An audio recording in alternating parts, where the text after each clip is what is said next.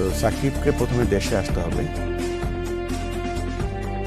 সাকিবকে খেলতে হলে দেশে আসতে হবে এমন কথাই বলেছেন আমিনুল ইসলাম বুলবুল। কিন্তু আমরা তাকে দেশের জার্সিতে দেখতে পারবো কিনা নিজেও জানি না। রাজনৈতিক কারণে সাকিব আল হাসান তিনি এখন মাঠের বাইরে আছেন। সাকিব মানে কিংবদন্তি। সাকিব এসেছেন বাংলাদেশের ক্রিকেটের রাজপুত্র হয়ে। টেলিভিশন সাক্ষাৎকারে বিসিবি সভাপতি আমিনুল ইসলাম বুলবুল বলেছেন, সাকিবের জন্য ক্রিকেট বোর্ডের রাস্তা খোলাই আছে। সাকিবকে যখন তখন আমরা মাঠে খেলাতে পারবো।